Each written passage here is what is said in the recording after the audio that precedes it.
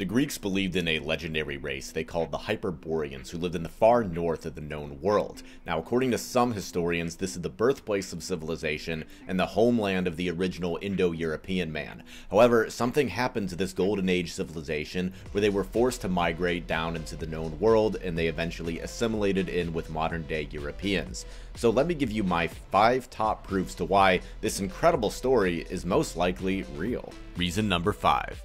Many credible ancient geographers listed Hyperborea as a real place. Ptolemy in his famous book Geographia and Marcion of Heraclea both placed Hyperborea in the North Sea, which they called the Hyperborean Ocean. Not only this, but there's an old map called the Carta Marina from 1539 that seems to depict what's left of Hyperborea in the North Sea. Now, it's important to note that the capital of Hyperborea was called Thule.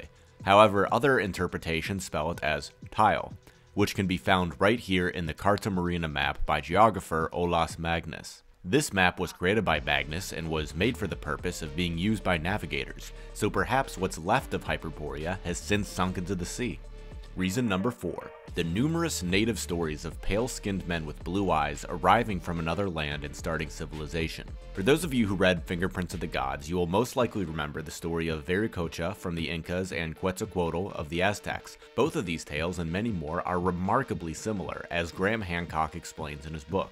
Page 102 reads, 16th century Spanish chronicler Juan de Torquemada asserted that Quetzalcoatl was a fair and ruddy complexioned man with a long beard. Another spoke of him as El Hombre Blanco. He was a mysterious person, a white man with strong formation of body. And according to a particularly striking Central American tradition, this wise instructor came from across the sea in a boat that moved by itself without paddles. He was a tall, bearded white man who taught people to use fire for cooking. He also built houses and showed couples that they could live together as husband and wife, and since people often quarreled in those days, he taught them to live in peace. And there were other deities among the Maya in particular whose identities seemed to merge closely with those of Quetzalcoatl.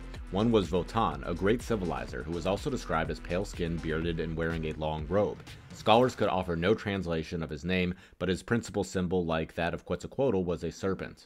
Hancock also discovered when all of these ancient deities, whether it be Viracocha to Quetzalcoatl, when their names were translated into English, they turned out to mean exactly the same thing: plumed or feathered serpent. The great god Kukulkan, or feathered serpent, was the Mayan counterpart of the Aztec Quetzalcoatl, the Mexican god of light, learning, and culture. Now, my guess is that the whole plumed serpent motif was just symbolic. It was symbolic for the serpent being the bringer of knowledge, and the feathers being a symbol for their flying technology that the natives referenced.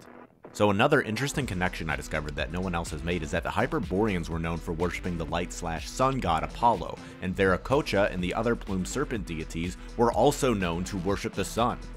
Greek historian Herodotus spoke of Abaris the Hyperborean, a holy man from a far-off land who spread the word of Apollo. Also, there's an account the Greek historian Pindar wrote about the Hyperboreans in his book Pythion Ode from the 5th century BC. It says, once a year, Apollo, the solar sun and youthful aspect of Zeus, was believed by the Greeks to leave Helios and go to the north to visit a place they called Hyperborea. In fact, at Delphi, Apollo's oracle closed down during this period because the god was believed absent and away traveling to Hyperborea. The Greeks believed that Hyperborea lay in closer proximity to the ether, or spiritual world among which the dead and the divine spirits dwelled, that in the far north of our earth the veil was thinner. This is interesting because the most northern part of Scotland is the Isle of Lewis. This isle has also been thought to be the site of Hyperborea, and this is a place riddled with tales of fairies and spirits, a place that is known to have a thin veil to the spirit world. Number 3. The famous Peri Reis map, which shows that there was once a habitable civilization in the Arctic. The Peri Reis map, which is a genuine document, not a hoax of any kind, was made at Constantinople in AD 1513. It focuses on the western coast of Africa, the eastern coast of South America, and the northern coast of Antarctica. Peri Reis could not have acquired this information on this latter region from the contemporary explorers because Antarctica remained undiscovered until AD 1818, more than 300 years after he drew the map. The ice-free coast of Queen Maudland, shown in the map, is a colossal puzzle because the geological evidence confirms that the latest date it could have been surveyed and charted in an ice-free condition is 4000 BC. It is not possible to pinpoint the earliest date that such a task could have been accomplished, but it seems that the Queen Maudland may have remained in a stable, unglaciated condition for at least 9,000 years before the spreading ice cap swallowed it entirely. There is no civilization known to history that had the capacity or need to survey that coastline in the relevant period between 13,000 BC and 4000 BC.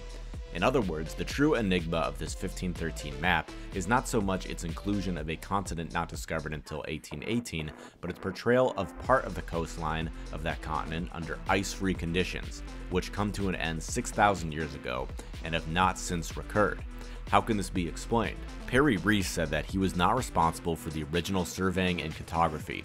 He admits that his role was merely that of a copyist, and that the map was derived from a large number of source maps. Some of these have been drawn by contemporary or near-contemporary explorers, including Christopher Columbus, who had by then reached South America and the Caribbean, but others were documents dating back to the 4th century BC or earlier. Perry Reese did not venture any suggestion as to the identity of the cartographers who had produced the earlier maps. In 1963, however, Professor Hapgood proposed a novel and thought-provoking solution to the problem. He argued that some of the source maps the Admiral had made use of, in particular those said to date back to the 4th century BC, had themselves been based on even older sources, which in turn had been based on sources originating in the furthest antiquity. There was, he asserted, irrefutable evidence that the Earth had been comprehensively mapped before 4000 BC by an unknown and undiscovered civilization which had achieved a high level of technological advancement.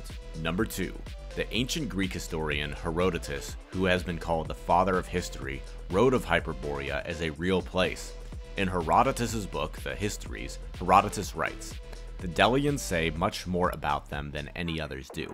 They say that offerings wrapped in straw are brought from the Hyperboreans to Scythia. When these have passed Scythia, each nation in turn receives them from its neighbors until they are carried to the Adriatic Sea."